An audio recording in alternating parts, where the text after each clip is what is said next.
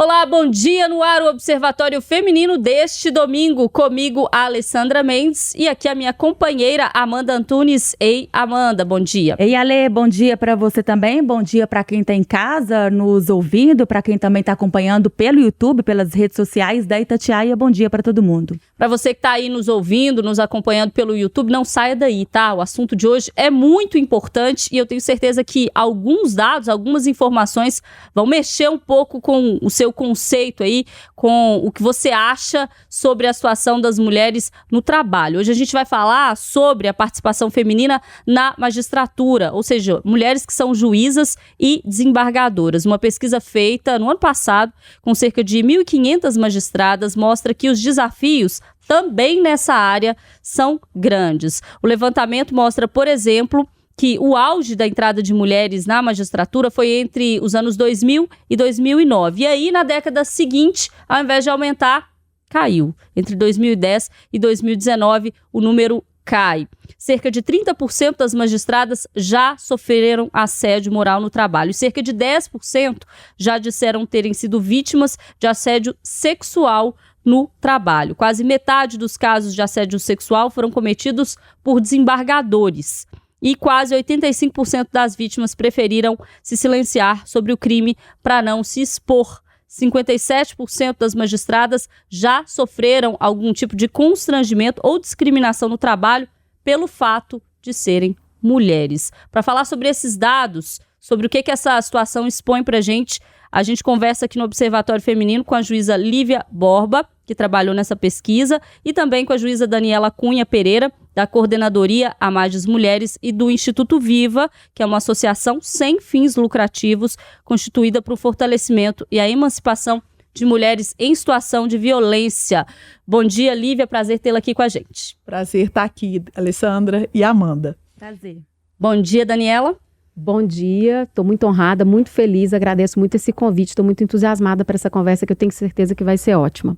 Lívia, vamos começar falando um pouco sobre esses dados. Eu sei que você trabalhou neles também, você tem uma intimidade aí com a pesquisa. Eu vou confessar que os dados me deixaram um pouco assustada, porque claro que a gente que trabalha na área e fala sobre violência de gênero, discriminação, preconceito, a gente sabe que isso está por toda parte. Mas se deparar com esse retrato do preconceito, da violência na magistratura contra mulheres, deixa a gente um pouco chocado, assim, de entender, poxa, são juízas, desembargadoras sofrendo violência sexual, tendo que se calar para não se expor. O que essa pesquisa para você traz sobre essa realidade de mulheres na magistratura? Essa pesquisa foi muito interessante porque ela conseguiu entrevistar quase 1.500 magistradas de todo o país. E apesar de termos assim, algumas ideias, algumas se confirmaram e outras não na prática. Foi só ouvindo as magistradas de forma anônima que nós conseguimos chegar a esses dados. Um dos que eu destaco, você trouxe muito bem a questão do assédio moral, é que aquelas que sofreram assédio, a maioria não informou, não tomou nenhuma providência, né? Preferiu o silêncio. E aquelas que foram perguntadas assim, e se você sofresse o assédio? A maioria falou, eu iria falar. Então é muito diferente a magistrada que sofre o assédio com aquela que imagina que irá sofrer, porque existe realmente barreiras que impedem essa fala, né, que dificultam essa fala por parte da magistrada, que sofreu um assédio e que todo o sistema de justiça deve estar atento a isso. Isso acontece até com a gente, né, Amanda? A gente pensa assim, se fosse comigo, eu teria tal reação, mas aí acontece com você e às vezes você se vê paralisado. Você se vê com medo e você fica muito mais pensando nas consequências disso para você, vítima, do que para o autor. E no ambiente de trabalho, e eu acredito, e a gente avaliando os dados também, tem a questão da pessoa, da ascensão da carreira, né? A gente vê que até nessa pesquisa, eu gostaria de ouvir de vocês duas, Lívia e Daniela, o que ela aponta com relação ao crescimento da mulher na carreira, quando ela consegue chegar no topo, a dificuldade e por quê? E talvez este silêncio também seja um dos motivos? Eu gostaria de pontuar uma coisa muito rapidamente. Essa é uma das coisas importantes que eu acho dessa pesquisa, é que ela indica que não existe um ambiente livre de discriminação para mulheres no nosso país. Porque as magistradas, em geral, estão numa posição de privilégio. São mulheres, em sua maioria, brancas, de classe mais elevada, instruídas e ainda ocupando um cargo de poder. E nem essas mulheres estão livres de discriminação e de preconceito. Então, isso é muito indicativo para a gente de como que essa, lamentavelmente, em diferentes graus, né, porque a gente tem grupos mais vulnerabilizados, acaba sendo uma realidade de todas nós. E sobre o silenciamento, eu acho que a Lívia, da pesquisa, a Lívia tem mais condições para falar do que eu, mas já mencionando aqui a pesquisa de uma colega, que é a Mariane Yoshida, que ela fez, ela aponta várias questões, mas uma coisa que ela aponta sobre a gente não denunciar é que o judiciário ainda é uma instituição feita por homens e composta por homens. E ela coloca assim, apesar de o poder judiciário brasileiro existir desde o século XVI, somente no século XX, mais especificamente em 1939, é que a primeira mulher nele ingressou, o que se traduz numa hegemonia masculina de cerca de 400 anos. Então, a magistrada que sofre violência no ambiente de trabalho, ela tem que se livrar de 400 anos de hegemonia masculina para conseguir encontrar uma voz e se posicionar contra esse tipo de violência. E aí eu acho que a Lívia consegue dizer mais a respeito da questão do acesso, né, dessas mulheres a esses cargos e a pesquisa especificamente acadêmica. Atualmente, as mulheres compõem 38,8% da magistratura brasileira. Mas quando nós vamos verificar os cargos de administração, isso não chega a 25%. Então, há uma diferença entre a base e os cargos de direção, né? Então, por essa razão, o CNJ tem atuado com incentivos com a Resolução 255, que visa justamente possibilitar que o maior número de magistradas tenham maior participação feminina nos tribunais. Como a gente estava conversando aqui antes, isso é muito importante, inclusive para os nossos jurisdicionados, para a diversidade, para que o judiciário represente a diversidade que existe na sociedade. Pois Lívia e Daniela, eu queria ouvir vocês um pouquinho sobre isso, assim, por que é preciso tanto bater nessa tecla da presença da mulher na magistratura, mesmo que essa presença da mulher na magistratura ainda represente que elas vão passar por situações de preconceito, porque as mulheres passam na sociedade como um todo e a justiça está inserida dentro dessa sociedade que ainda é machista, que ainda tem uma estrutura que trabalha nesse sentido. Mas a gente precisa ter mulheres lá para garantir que as decisões também correspondam às vontades ou os olhares de mulheres, né? Afinal de contas, somos 52% da população. Exatamente. Nós esperamos, a nossa luta é por espaço realmente, não só na entrada, porque é através de concurso, mas também em todos os demais espaços de poder. E aqui eu faço um acréscimo com relação às mulheres negras, né? Aqui, hoje, há uma dificuldade em se mensurar a quantidade de juízes e juízas negras, porque não há esse dado não está sendo informado pelos próprios juízes, né?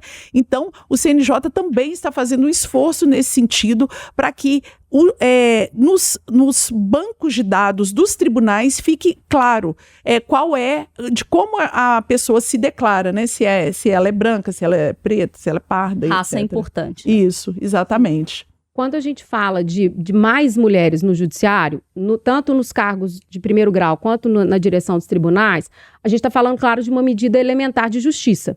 Se nós somos mais metade da população, nada mais justo que nesses espaços nós também tenhamos uma proporção mais correspondente. Mas a gente precisa disso, não é simplesmente porque a gente quer estar lá, porque seria um direito nosso estar lá. É porque isso vai reverter num judiciário melhor. O judiciário é uma instituição muito importante para ser composta só por um recorte da sociedade. A gente precisa ter a sociedade toda lá, melhor representada, para que a gente tenha decisões mais justas e para que seja uma instituição verdadeiramente democrática que reflita aquilo que o país precisa. E para que a gente cumpra a Constituição. Se a nossa Constituição prega o princípio da igualdade, isso tem que estar representado no judiciário brasileiro, tanto em termos de quem a gente vê lá, quanto em termos de decisões que atendam a esse pressuposto e a esse imperativo. Então, é um imperativo democrático. Não é só porque a gente quer, porque a gente, como juíza, quer mais juízas, ou porque seria justo que a gente ocupasse cargos de direção. É porque isso é importante para o país e para a democracia. Apesar da realidade, né, que a gente vivencia aí, do machismo, da dificuldade, da gente, às vezes, se sentir falando assim, pro nada, ninguém estar nos ouvindo, eu gosto de ser um pouco otimista. Eu acho que só da gente estar comentando sobre isso já é um avanço, e é como a Daniela disse, é ir contra 400 anos que só tinha homem, né? E aí eu queria entender sobre a pesquisa. Quando ela surge, é a primeira pesquisa que aponta isso?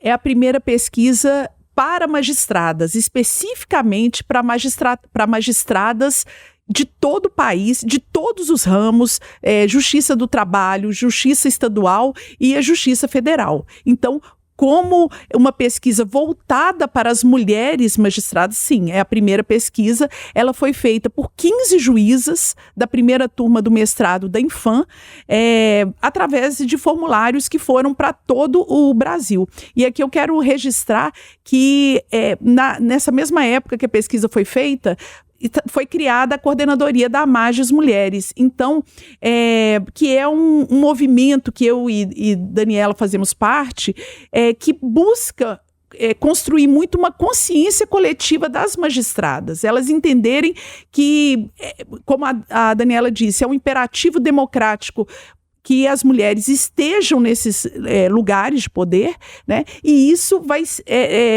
ser melhor analisado, vai ser melhor tratado se as mulheres entenderem que isso faz parte de um movimento coletivo e não de uma ou de outra. Tem que ter união, né, entre as mulheres para mudar, e infelizmente a gente sabe que é difícil até a união entre as próprias mulheres.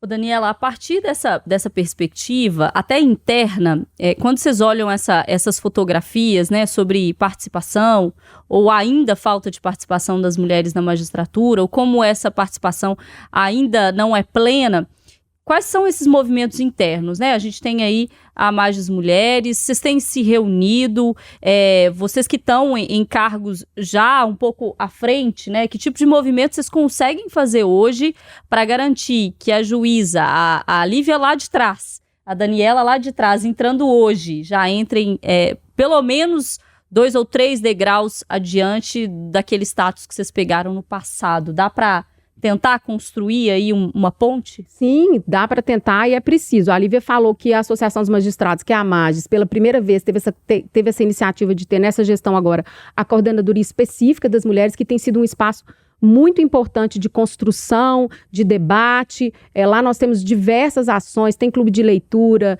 tem prêmio, tem grupos de debate, tem grupos de trabalho para levar propostas para o Tribunal de Justiça. No âmbito do CNJ tem sido feito um trabalho muito importante de resoluções, de pesquisa. No âmbito da Infam, que é a Escola de Formação e Aperfeiçoamento de Magistrados, tem sido conduzidas pesquisas muito importantes para dar subsídios para a gente trabalhar essas questões. Então, a gente trabalha em várias frentes. É uma construção coletiva, é uma construção feita em várias frentes e tem que ser constante. Então, hoje somos eu e Lívia que estamos aqui falando, mas a gente é só hoje que a gente está aqui. Na verdade, esse trabalho é de muitas mulheres magistradas, muitas mulheres servidoras, e é assim que tem que ser. A gente não pode perder isso em mente, que é trabalho de construção coletiva. Tem um dado na pesquisa que eu queria dizer, que é a forma do ingresso, né, na magistratura, e que o concurso público, 98%, né, das mulheres entram por meio do concurso público e apenas 0,3% por nomeação. E se a gente for avaliar, as mulheres têm a competência para serem nomeadas. E a dificuldade é realmente isso, a predominância dos homens e que a mulher acaba não sendo enxergada nesses espaços? A pesquisa da Mariana Yoshida, que a Dani citou, ela identificou um teto de vidro. No concurso, as mulheres, elas acabam tendo acesso, hoje, como eu disse, aproximadamente 39%, né, 38,8%. Mas dentro dos tribunais, de forma geral, as promoções, elas são mais difíceis para as mulheres, né? E ela chama isso de um teto de vidro, que parece que ele parece que você vai conseguir galgar, mas há alguma coisa, né, que dificulta esse acesso aos graus superiores. Uma outra pesquisadora chama isso de um labirinto, porque é algo assim que não é exatamente uma subida, é algo que você só consegue ver quando você está por cima, quando você está vendo pelo alto. Sabe? Então, existem vários entraves na carreira. A divisão sexual do trabalho, que é uma situação que também a magistrada passa, que é o acúmulo da carga de trabalho na dinâmica familiar, ele acaba impactando, por exemplo, nos resultados, né? Na produtividade dessa magistrada. A licença maternidade, né? Isso... É preciso que as instituições pensem em estratégias para lidar com essa desigualdade que a divisão sexual do trabalho, por exemplo, imputa às mulheres mais do que aos homens. É importante a gente falar sobre essa presença e por que essa presença é tão importante, porque essa presença gera projetos fundamentais para impulsionar outras mulheres. É o caso, por exemplo, do Instituto Viva, a gente até citou aqui no inicinho, é uma associação sem fins lucrativos que está aí para ajudar a fortalecer e emancipar mulheres que estão em situação de violência e que só mulheres entendem como, para as outras, é tão importante ter ali alguém que te entenda, né? Que compreenda a sua situação, que não te julgue, que diga que, olha... Eu entendo que você não saiu de uma situação de violência por causa de uma questão financeira ou de uma questão emocional ou de uma questão social. Enfim, tem condições que levam a essa situação. E aí, Daniela, eu queria te ouvir sobre esse trabalho, assim, de onde vem a ideia do Instituto e como é que vocês têm atuado hoje? Bom, vamos lá. O Instituto Viva, conforme você disse, eu sou só a fundadora, né? Ele é feito, na verdade, pelo trabalho voluntário também de muitas mulheres, sobretudo advogadas. Ele parte de uma perspectiva de perceber a demanda que existe nesse sentido e muito de observar que a própria informação jurídica, informação sobre leis, sobre assuntos jurídicos, é também um instrumento que as mulheres precisam ter para sair dessa espiral de violência. Porque o homem usa muito essa informação. O agressor costuma muito falar, você vai perder a guarda dos seus filhos, se você sair de casa vai dar abandono do lar, você não tem direito a nada, ninguém vai acreditar em você. Então as mulheres também precisam ter acesso a esse tipo de informação quando elas pretendem sair desse relacionamento. Hoje a gente tem 2 eixos principais, que são a orientação jurídica gratuita e assistência psicológica também gratuita. Orientação jurídica feita por advogadas voluntárias, assistência psicológica feita pela Clínica de Psicologia da UNE. Além de material informativo, a gente tem também cursos, a gente já teve curso de defesa pessoal gratuito, sorteio, eventos.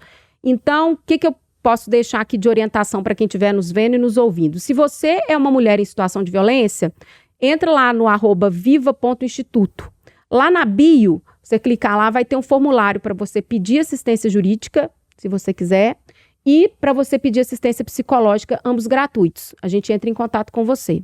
Mas se você não for uma mulher em situação de violência, entra lá também, segue esse Instagram, porque lá frequentemente tem um material informativo de ótima qualidade, tem várias ações, tem sorteios, tem livros, agora vai ter clube de leitura, tem muitas ações lá que são importantes, mesmo se você não tiver no ciclo de violência, para você se informar e para você criar essas redes que são a sustentação que a gente tem para crescer, para se emancipar.